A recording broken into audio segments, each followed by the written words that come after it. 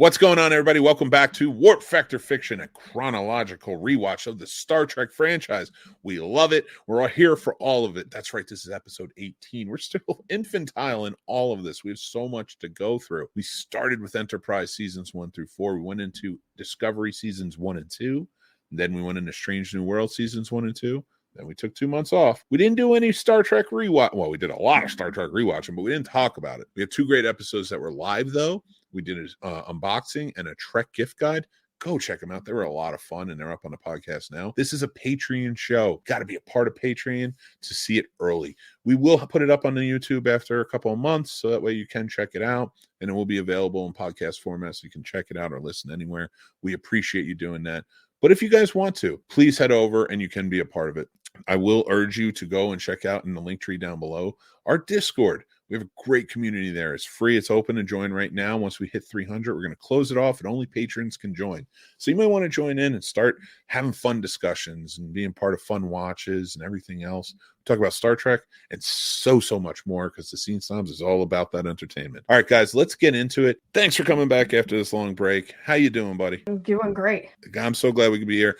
So for 2 months we took off. Like, we did our live shows, but like we weren't talking about Star Trek, and we were watching TOS, the original series. Mm-hmm. Before we get started, we do our kind of guide of going through the first half of season 1. That's how this works here. You get 2 episodes a month, and we cover half a season in each. Unless it's like a 10-season show, then we might just do one in all. The movies will be one show, but we're gonna have some very special guests and stuff planned, so be sure to stay tuned for that. I want to ask you, what is it like so far? You know, you're 11 now.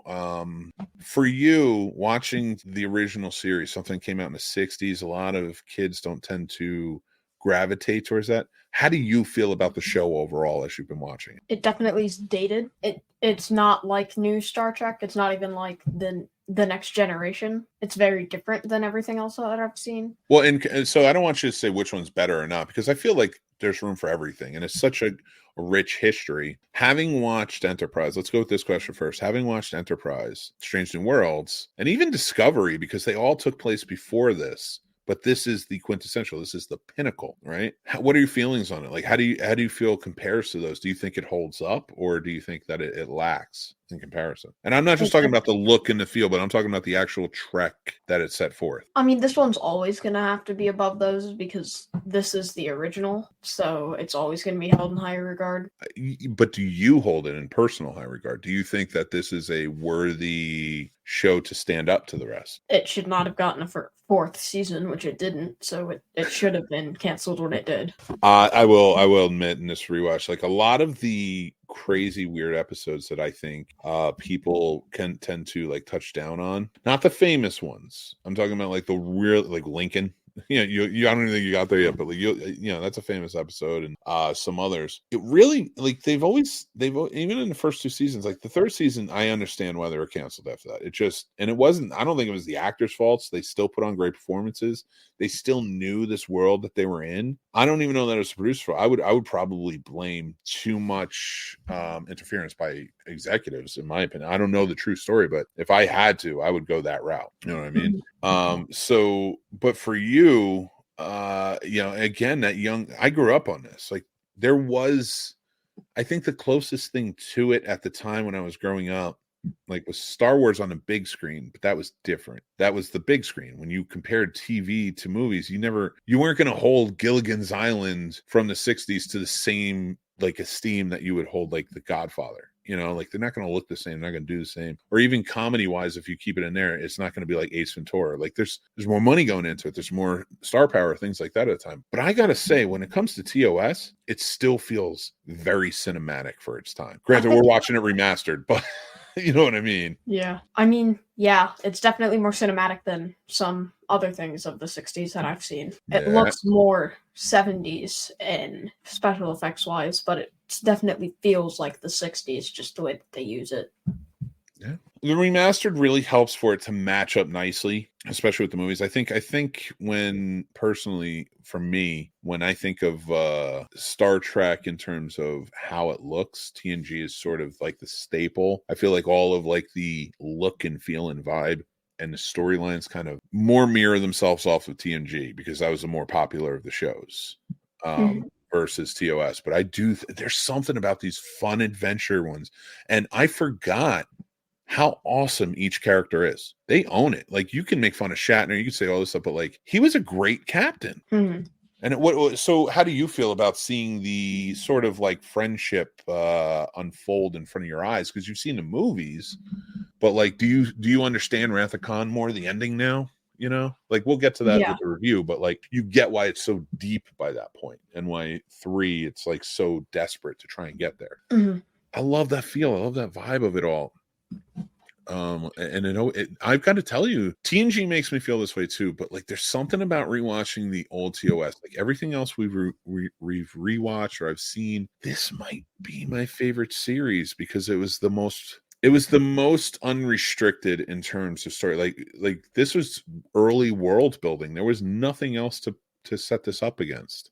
You know, in terms of sci-fi movies, sure, or TV shows, sure, but I mean, in terms of Star Trek, there's even other movies and TV shows were not telling the same story Star Trek was. They're on a whole different definitely. plane. That's why they're still here. That's why they still exist, in my opinion. But yeah, I love it. I liked it too. It's just it would have definitely. I think if they kept the same story, but if they remade this, it would not be anywhere near as good as it is. No, I think you needed that right amount. Even with all the turmoil off the set and stuff like that, you hear those stories, and you don't really talk about that stuff here because that's not what this is about. This is an appreciation of Trek franchise. But it's hard pressed to not, at least when you're watching the original series, realize there was some turmoil. Like, you know, that some of the actors didn't like each other and stuff like that. But they really, when they were on camera, they pulled this off. And you had some, you brought some facts to it. What's the fact that you just shared with me? Because, well, actually, before you share it, let me share what I noticed, and that was Chekhov is widely known as the famous for being the navigator on the Enterprise in this time era. He didn't come in until season 2.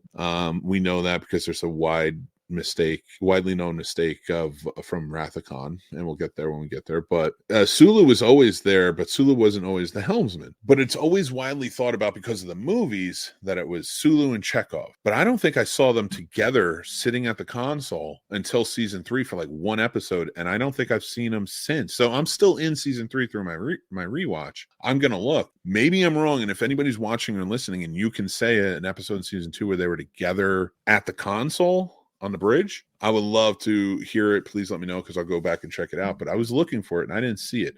But you looked something up, and I'm anxious to hear what you've uncovered. So there's this guy, Eddie Paskey. He's in a lot of stuff. He was in Mission Impossible.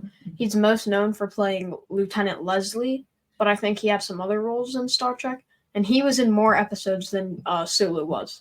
And did he play the helmsman? So was he at the console too? I don't know. Okay. No, that's fine. That's fine. I love that you said that too. But like, he doesn't get mentioned, and you don't really see him that much, or after the show ended. So it's interesting to say why they didn't pick this, that, or the other thing. I will say this: he was probably a friend of Leonard Nimoy's, because Leonard Nimoy started on Mission Impossible as well. You know, so that's where his star rose. Whereas, you know, I still kind of like William Shatner. Like, I remember from the Twilight Zones, and he was big on stage and he did some stuff. But like, I felt like Leonard was the bigger star at the time. And we were actually having a debate about something. I want to throw something out to you before we get into the episodes. So we have all these faces that are very they're almost like the face of Trek in a lot of ways. But if you had to pick one face, like one person to embody, like when you see him, that's like, this is Star Trek. This represents everything about Star Trek that we're trying to show. Like, when you see that person, they are the literal face of it. What character throughout the history would you say that is? So all history or in TOS? All history. Because I feel like the meaning of Star Trek changed from TOS to TNG. I don't think it ever changed. I think it grew with time, like it evolved. That's why they set TNG so far in the future. But when you watch the movies, it didn't change much, but it did change even then. Maybe like George Takei or Jonathan Frakes. Well, no. I don't mean the actors. I mean the characters. Like, so if you were going to throw up and just be like, all right, for anybody who may not know what Star Trek is, like, what's a character you throw up and they'd be like, that's Star Trek. I know that. Like, a good representative to be like, that's the face of Trek, you know? The face of Trek is probably Kirk, but I think Sulu would be a good face of Star Trek as well, because he has kind of that mix. Here's my argument. I would say Spock. I'd say Spock transcends the time of Star Trek because he was in TNG, he was in the new movies and stuff like that. I think, in my opinion, he just did. He owned it. Like even watching the show, like whether he liked what he was doing or not, he was an actor about it. He went into it, like, because you can see Shatner and Kirk, but he's great. You can see all the actors in them. It's just, but there's something about Spock. Like when I see Leonard Nimoy in that outfit, like he is Spock. And plus, he directed a lot of the movies too, so that helps as well. So like I don't know, but I like that idea, and I like that you said Sulu or Kirk. Those are good choices, and we all went TOS, which is kind of funny. We both went TOS. All right, you ready to? You got any more tidbits for me? Not really. No. All right, we'll roll around. We might find some in the episode. So, all right, guys. So on September 8th, 1966, the first episode, the pilot episode, but not the true pilot, we'll get there in just a second, was what had premiered, and that's why it's Star Trek Day. That's right, The Man Trap. That was the first episode that premiered on television in September 8th, 1966, but that is not the first episode we're going to start off with. We watched on Paramount Plus, and there was an original pilot with a different crew besides Spock on the Enterprise, and it was Captain Pike, played by Jeffrey Hunter. Number one was played by Joe Barrett. I'm sorry, Uhura was there. Uhura was there as well. But Spock was a big carryover as one of the main leads. That's why more so what I meant. But everybody else was sort of different. Nobody else really there that we knew, and it was just a different kind of episode, but still very Trek. It's still mixed. It's still matched well. I thought Jeffrey Hunter did a great job as Captain Pike, and he really set a tone that we see now transcend into Anson Mount as Pike, as we've talked about in the first two seasons. But that's where we're starting. So it's not actually episode 1, it's episode 0. And then we are going to go in this episode all the way up to episode 15. And the reason that is because with episode 0, that makes 30, and we're going to get there. So the first episode we're talking about tonight is season 1, episode 0, The Cage. Captain Pike is held prisoner and tested by aliens who have the power to project incredibly lifelike illusions.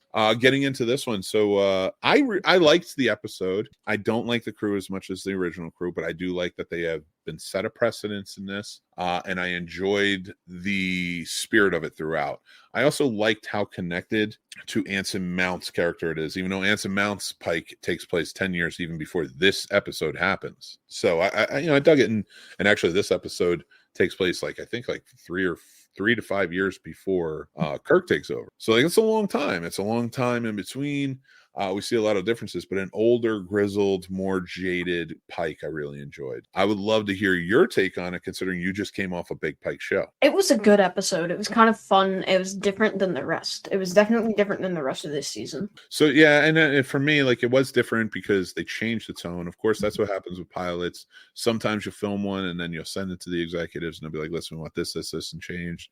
Focus groups get involved, things change out. So that's ultimately what happened here. And then they reshot it. So on this, is this a high episode for the season for you? I mean, yeah, it's not one of the 3 highlight episodes, but it's kind of high up there. Very cool. All right. It's not one of my 3 highlights either. I like it. I'm glad, again, it set precedence because we have Strange New Worlds. Without The Cage, we don't have Strange New Worlds. And I do think that is a great show on track. Oh, yeah. What's up? Who's the better Pike, Hunter or Mount?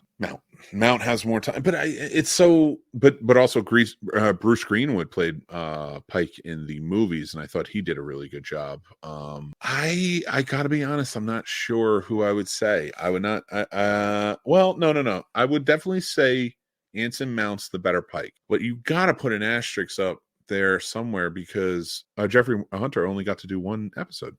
So he never really got to explore it, but within this episode, it was explored. He was he was a captain who was tired, and they talked about the Regillian War. They talked about all this stuff, and it added a lot of layers that even going forward and Kirk said, it didn't feel like it was let's all jump to conclusion. A lot of times back in the day, it was well, this must be what's happening, and it's that's a little fantastical as an explanation, but not in this one. I thought they did a good job. All right, something I did notice about The Cage is when he's on the stairs running away from the warrior in his dream, his spear bends.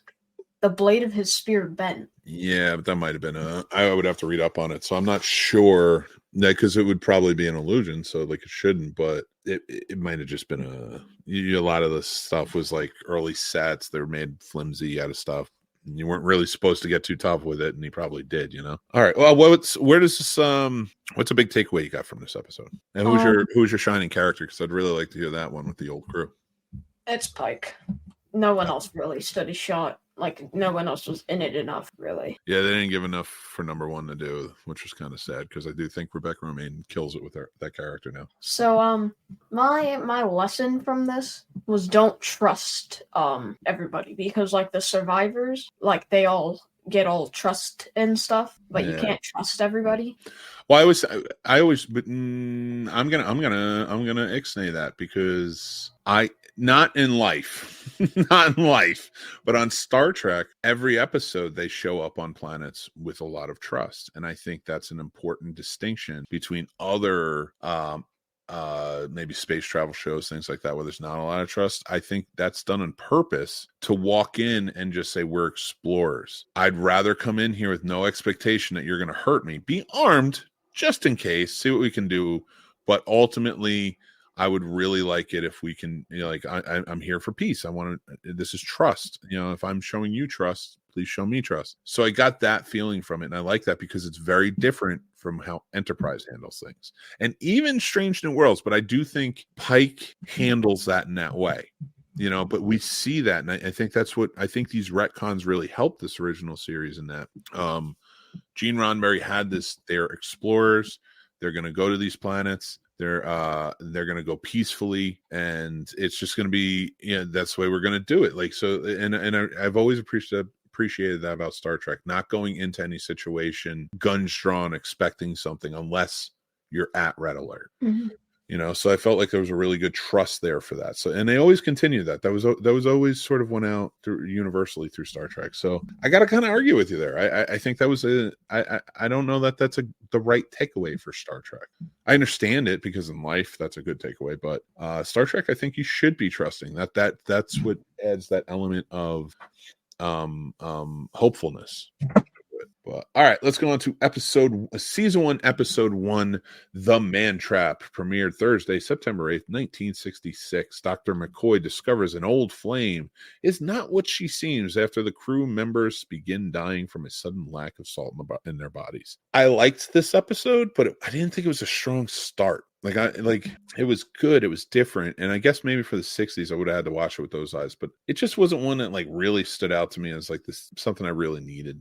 Like I really wanted to see start. And I shouldn't say needed, but like, because it's still a fun story, but like something I would wanted to see for the first one. I might have tuned out if I had watched this first one brand new. What did you think of it? I did not like it. It had a good villain, but that was like it. I feel like they should have done more with it. Yeah, it was interesting because when and I felt the same way. Like I was like, the villain's cool. And I like how it kind of plays out, and we start on the planet, goes into the ship, and it makes sense. And I liked the acting, and the acting was very good. There's some good elements to it, but I just didn't think it was. There's so many great stories in Star Trek, especially those first 2 seasons. Hell, especially that first season. Like this one just seems like really weak. And for your first one, like I don't know, it just kind of threw me off a little bit. All right, well, what's a big takeaway from this one? Who's your highlight character? Big takeaway. This is the one time I'm doing it this season, is things are not always as they seem. Because in this one, Nancy Crater is a salt-sucking monster. It's true. And I can't really argue with that one. Thank you so much. You don't have to do it for this season. You can do it again, but like maybe just like not everyone. My highlight character for this is Kirk. Kirk really shined, which is funny because I watched them back to back. And for anybody, we were talking about The Cage didn't premiere until 1986. Nobody saw that. That was a rejected pilot. We started with The Man Trap. Like now, some people may have had it on tape or something because it circulated, but it premiered on a valid VHS in 1986. So nobody really got to see that episode. So being able to watch them back to back, I got to see that. And The Man Trap was actually the weakest of the two in life, which is ironic that it kind of kept going on from that. But going into episode 2, Charlie X. Captain Kirk must learn the limits of the power to the powerful. Oh, excuse me for a sec. Season 1, episode 2, Charlie X. Captain Kirk must learn the limits to the power of a 17-year-old boy with the psionic ability to create anything and destroy anyone. So this is a very Twilight Zone-y type of episode. I honestly feel like this one sort of was a way to appeal to the audience a bit. I'm not saying, because they were all filmed together, so it's not like, oh, they knew the Man Trap would maybe not be a weaker one and this would be stronger. I just mean it. This one pretty much solely takes place on the ship. You get a lot more of, but it is like there's a supernatural element to his psychic abilities and kind of how everything plays out. I like this episode, but I like this episode because of the planning. Like having to try and figure out how to stop this kid. I didn't particularly like the villain, the kid who played Charlie. I was just kind of like, it wasn't that great. But I did like the crew in this. What did you think of this episode? It was a lot better. They should have started with this one over the Man Trap. I feel like it would have set a different tone, though. I feel like if you were going to start this series, and really because it starts with the Man Trap, you have to start it with them going on a field mission, or you screw your tone. Personally, true. So like I do feel like a one that was solely on a ship. I'm glad it did come later, but yeah, I don't know that, because I think like the next like two are solely ships, but we'll get into that. I have to look into my notes. But yeah, Charlie X I thought was a fun episode, very Twilight Zone-y and feel, which was an homage to, I don't know if it was an official homage, but it feels like a send up to William Shatner's episodes of Twilight Zone. And I dug it. I liked how it was played. It was played very smart while you had something fantastical going on. Mm-hmm. Who's your highlight character in this? Mine was Kirk. And he just, I think he's going to be a lot in this. Either he or Spock for the most part, because they are the leads. It was very demanding, but there's some other good ones. I have like 4 or 5 people in total. Yeah, Scotty's definitely getting on there for a few. I think I fell in love with Scotty even more on this watch as an adult. He might, I don't know if he's my favorite, but he's up there. I love, after this, Scotty, and just seeing who he was through these seasons, like, it was just wonderful. All right, so what's your takeaway? Kids, doesn't matter what powers you have, you're still not as good as the adults. That's your takeaway? I thought it's one you'd like, because that's kind of what you... Is that what you think I think? No. Yeah. No, I learn a lot from you and your brother, and I think you can learn a lot from kids. So no, I don't think it's always listen to adults. My takeaway from this would be, as we grow, we experience different things, right?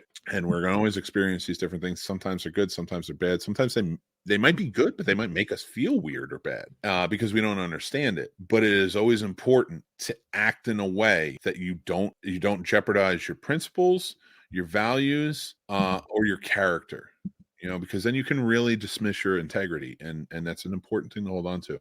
And now I realize that's like a very high thing, but Kirk was really trying to get through to Charlie, and he was really, and Kirk, a man of action, keeps 2 men around him at all times, one that sets off very easily in McCoy, and one that is very stoic and very logical in Spock. And I think he does that because he realizes that his ego can get in the way. Even at one time, he realized this guy was unstoppable, and he goes, I'm going to take him down. And it's like, what? Like, no, you're not. Like, you can't even get close to him. Like, for some reason, like, he's just, it's his ego that gets there, but it's like, that's why he keeps these people around him. So I think I think Kirk's way of handling it was like, I can't just knock this kid out and, like, drop him off somewhere. Like, he's a power that needs to be taken care of and shown respect and love, but also discipline. So I really love the parenting angle of this, but there's definitely some datedness to it.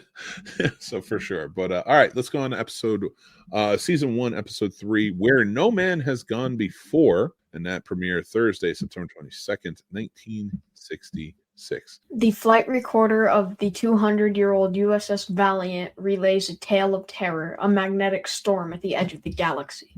You read that very well, even though I messed up twice, and then we had to do a take where you do it. No, thank you. I appreciate that. This episode, I gotta be honest with you, because it was November when we started watching this episode. I do remember it. I don't remember it enough to really, like, I don't know if I like this then, because it wasn't one that really stuck out to me. Like, I have notes on the ones I really enjoyed throughout the season. And this one, I just really couldn't really drum up anything that threw out to me. What did you think of this episode? I couldn't remember much, but I remember that it was good. It's not highlight. It might have been if I could have remembered it. But that's what I'm saying, because like there's so many episodes just by sitting back and thinking about them, looking at the titles. I'm like, I remember, oh yeah, I really enjoyed this about it and this and the characters and stuff. This one is just like lost on me. I'm like, I know I watched it. I remember the episode, but it just wasn't as much fun. Although I will tell you, the chess scene was pretty cool. And the reuse of the sweaters, which we didn't really get a lot of after that. Sure. So there's some notable things, but like, I guess Kirk is my favorite. Spock, because I'm going to make Spock my highlight character because I did like the chess scene. I'm going to make Kirk. And you know the one man who's like saying he's a god, Kirk's friend? Yes, I can't remember his name though. Neither can I. So he made Kirk a headstone, right? And it read James R. Kirk. Yes, I'm glad you caught up on that, because that was a big mess up. I've heard that before, where it was kind of thrown away because his middle name is Tiberius. That's the canon, you know. So I wouldn't mind seeing. It's a canon event. It's true. So all right. So I guess I'll say Spock.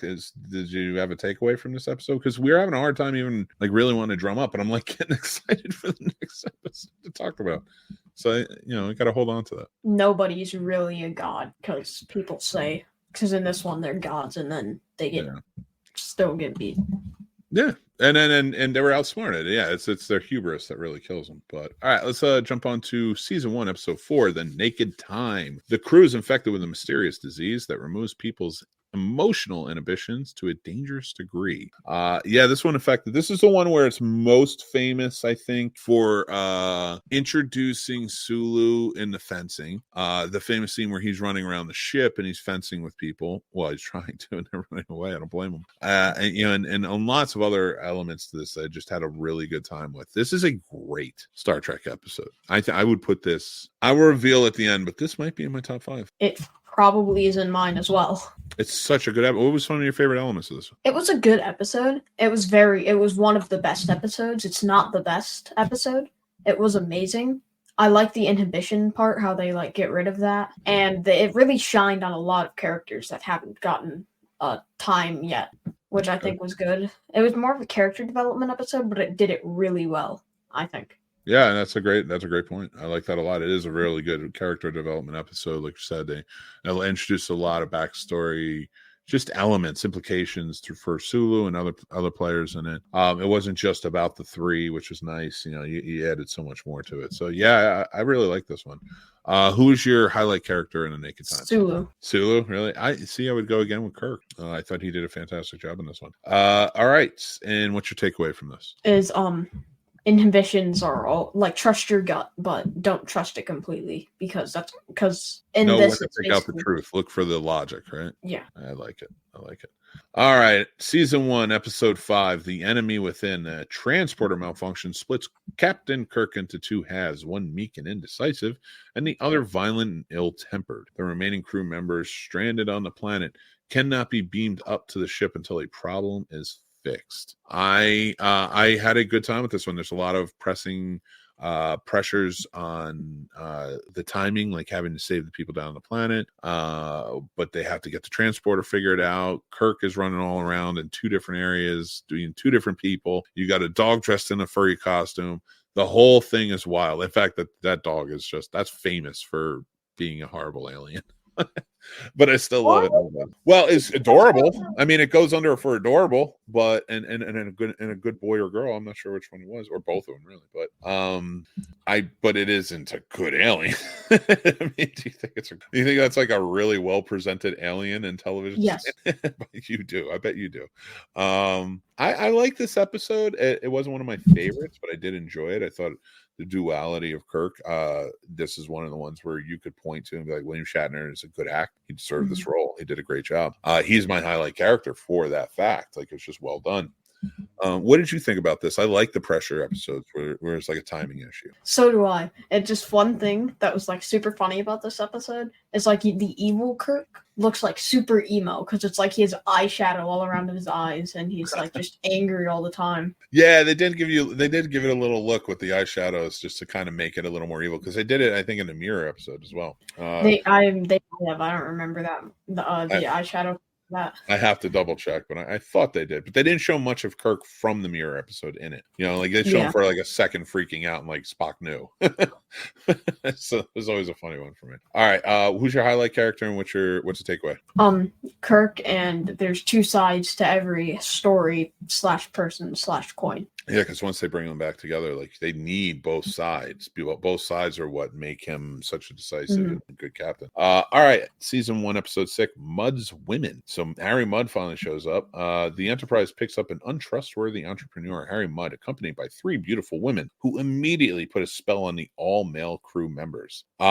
This was a fun episode. It was cool to have Harry Mudd there. I like this. I think this is one that stands out as a good one. It's not one of my favorites, but I do like the Harry Mudd character. He's a fun villain. In fact, I don't like the one from Discovery. I just want to point that out before you share yours.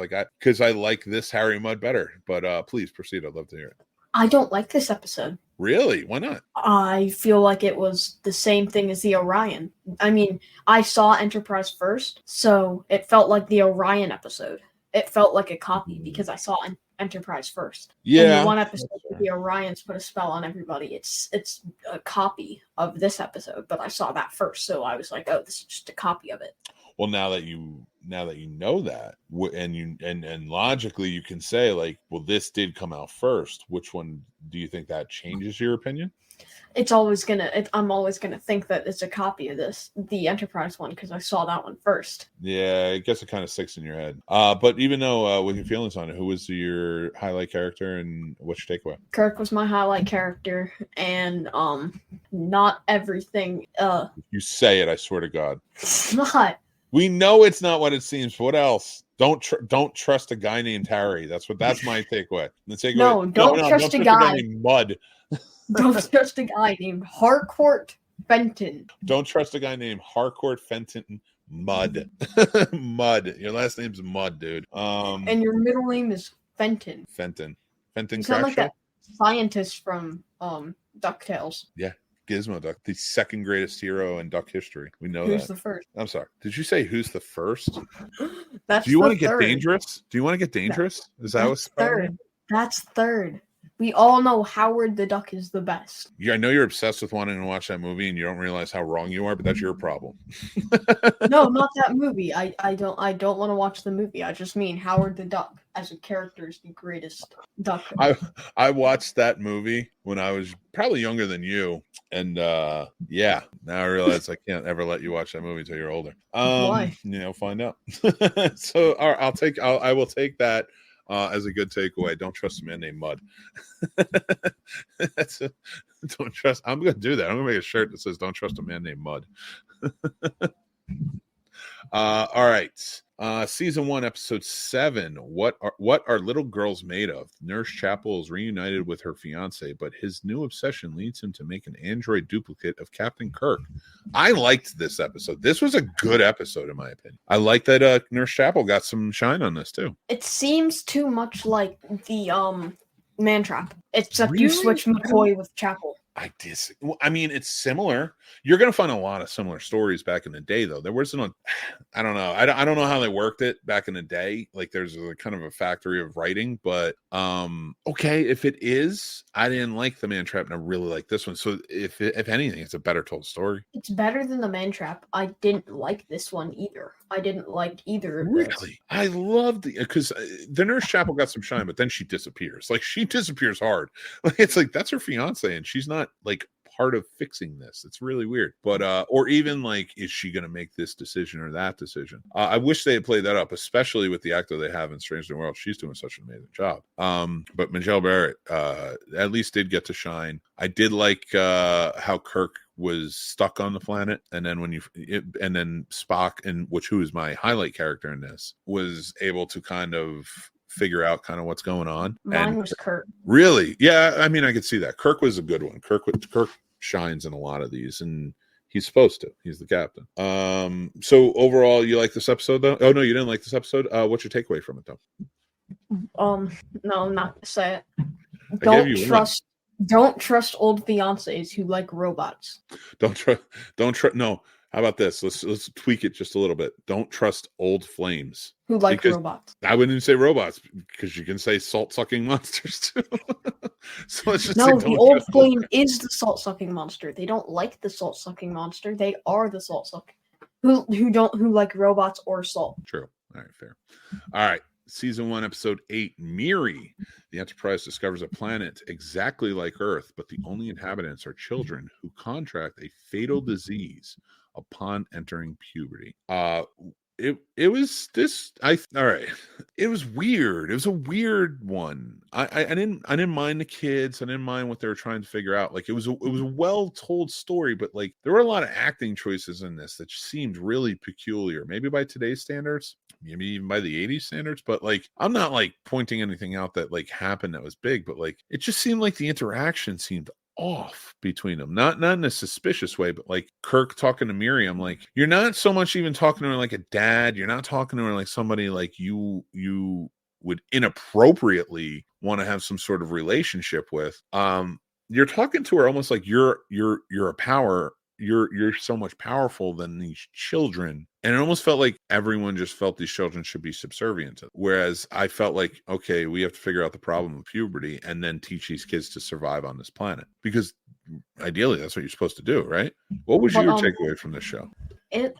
People don't always make it. No one ever makes it. Like, ever in life. Like, I'm going to tell you right now, that's why they call it that, because it ends. Like, so nobody's going to make it. Tommy, I hate to break it to you. I hope for a very, very, very, very, very, very, very, very, very, very, very, very, very long time. But we ain't going to make it. We're not going to be there. We're not going to be there to see the sunset in the end. Although, with the way humanity's going, we might. Well, that's just our ends, though. But, all right. So, okay. I get that. So that's your takeaway. And you said Kirk. Who's your shining character in this? I think mine's Kirk. Spock. Really? Why Spock? I like Spock. He was good in this. This is probably his best episode in my opinion. Wow. Except no, there were some episodes where he was amazing in. But this is Spock was really the only good part of this episode. I think he's the one that brought it up. Thinking about his when I'm going to change mine up. Mine's Spock. That is a good one because now I'm thinking about some of the choices that they both made, and I think that's what threw me off about Kirk in this episode. Is like it just didn't seem like natural choices that the Kirk we've seen in the past like 7 episodes or 6 episodes. Really? Oh no, 7. We're 8 in, but 7 episodes. It just didn't feel like a choices he would make. It felt odd. All right, let's move on to season 1, episode 9, Dagger of the Mind. Kirk and psychiatrist Helen Noel are trapped on a maximum security penal colony that experiments with mind control, and Spock must use Vulcan mind meld to find a way to save them. I think this is the first time we see Vulcan mind meld, which is interesting. Yeah, I think it is. Yes, I'm pretty sure it is. Unless they showed it in Miri. Unless they did it in Miri for when the kid died. I don't remember him using a mind meld in that moment. That's the only thing for me. This episode was okay. I did like the mind meld being added to it. And that it became sort of a thing. Like, granted, a lot of this stuff was to help save on, having to add special effects or do stuff like that. So they made up certain things. But that's why I think the mind meld has become so rich. It's been in part of the lore for so long. It's cool to see this. That's really the biggest part of this episode for me. What did you think about this episode? It was good. I think it's better than the past few episodes. Yeah, I'll agree to that. It is a good episode, but it wasn't like a blowaway episode for me. Not like 2 of the episodes that we've seen so far. And they were back to back. Yeah. So yeah, I think going in this one was good, but I got to tell you, one of my favorite episodes is coming up after this. But before we get there, who's your highlight character for this one? Spock. Kirk/Spock. I couldn't take double. And what's your takeaway from it? Don't go into random machines that apparently can save people from being insane. Well, if I can add just a little bit more to that, how about always enter suspicious, like we were talked about from the first episode. I love the hopefulness, but there are certain times where if you trust your instincts and if you trust your gut instincts, another word for it, I feel like you entered with with some sort of, not suspicion, but like, okay, I'm gonna be careful, like a carefulness to it. you can eliminate a lot of these issues. You can eliminate a lot of these issues. So from Tommy's takeaway, if you could take that, if you go into a situation, make sure you do it in a way where you're careful and you show common sense. All right. Now, this is one of my, this might be my favorite, but we're going to get into it a little bit more. Season 1, Episode 10, The Corvo Maneuver.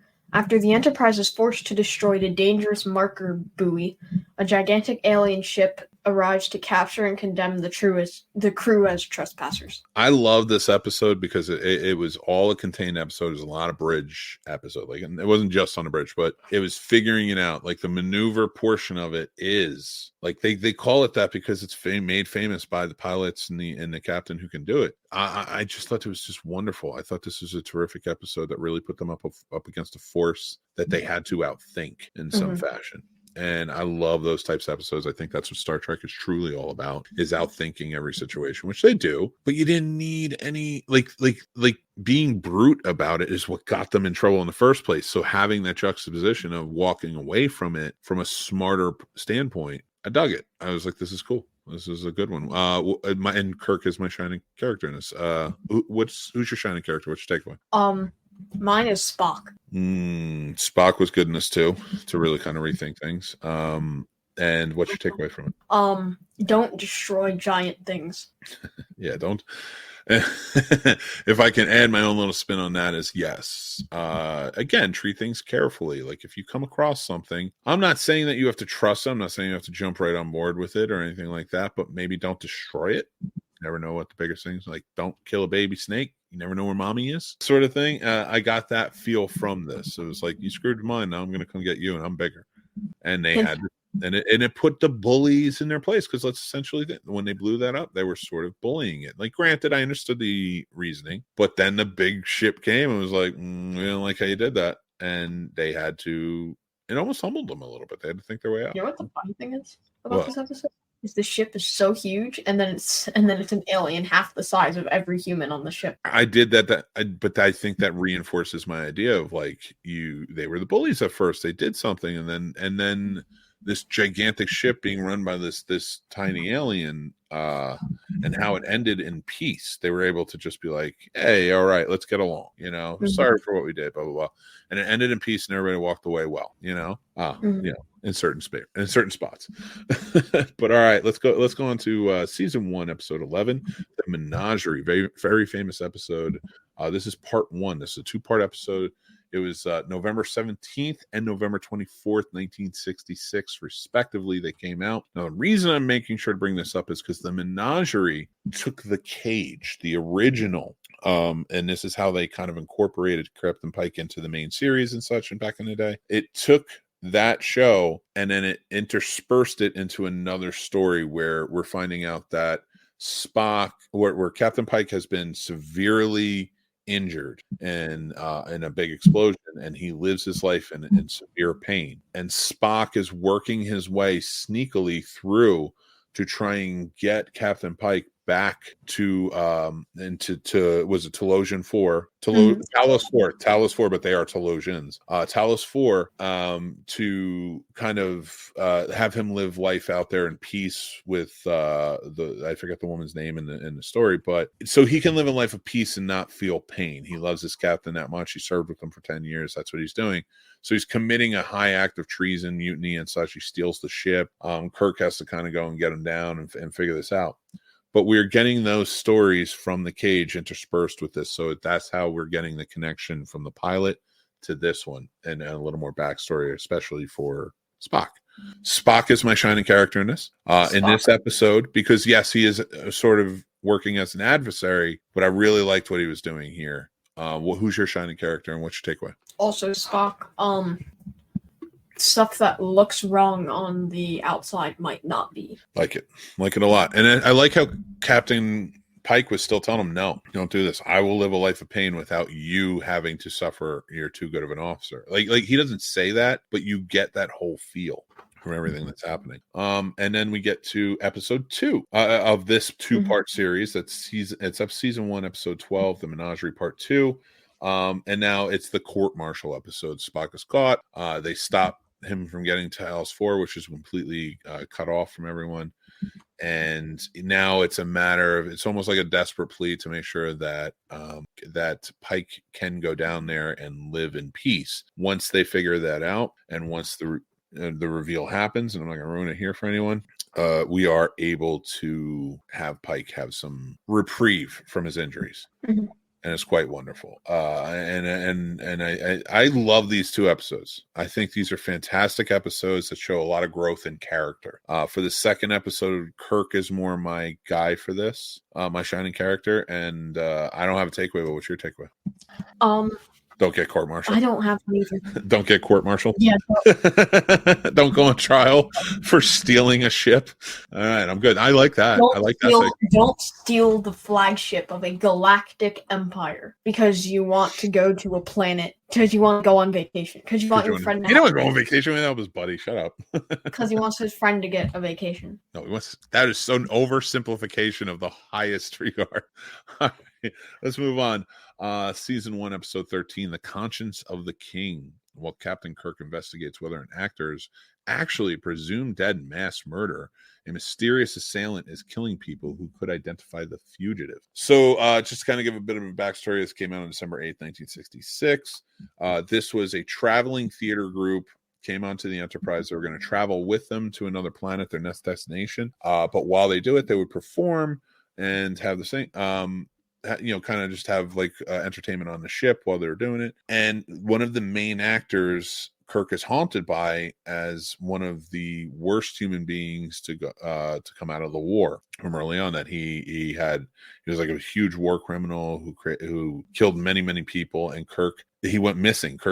He was presumed dead, but Kirk had always been haunted by this guy in his existence. So when he sees him, it brings it back. So it becomes like a desperate search to try and figure out if it's him or not. But then you have this whodunit of like, who's on the ship killing people? Is it this guy? Is it him? I love the whodunit nature of this. I thought it was really well played. I thought the acting was great.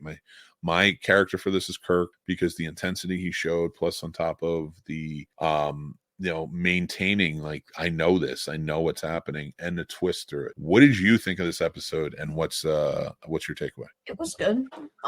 It wasn't great. Kirk was my shining character. I'd argue that this was a great episode, personally. I would hard argue that. And my takeaway is don't trust weird actors who look like mass murderers when people are dying on your starship. All right, I'm not asking you your thing anymore. I'm just gonna give mine from now on. You get fake But ones. they're amazing takeaways. Yeah. They're not bad takeaways. They're all life lessons that you would definitely want. These are life lessons if you're actually on a starship. Don't let them take your ship. Okay. All right. Well, our final episode for this episode that we'll be talking about, then make sure you join back next week, where we're going to be going after the last 15 episodes of the season. And that is Season 1, Episode 14, Balance of Terror. The Enterprise must decide on its response when a Romulan ship makes a destructively hostile armed probe of Federation territory. I thought this was a great episode. It came out December 15th, 1966. It really showed the scope of what Star Trek can be.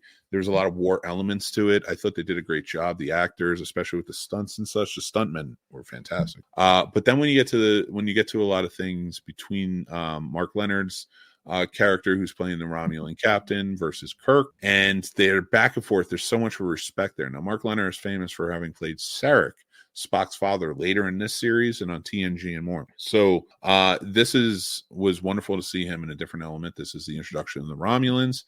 We start to see a little bit more of the Romulans because we really only touched down just a tiny bit in Enterprise. They were present, but it wasn't a lot we got. This is a little bit more, and I really enjoyed that fact to this.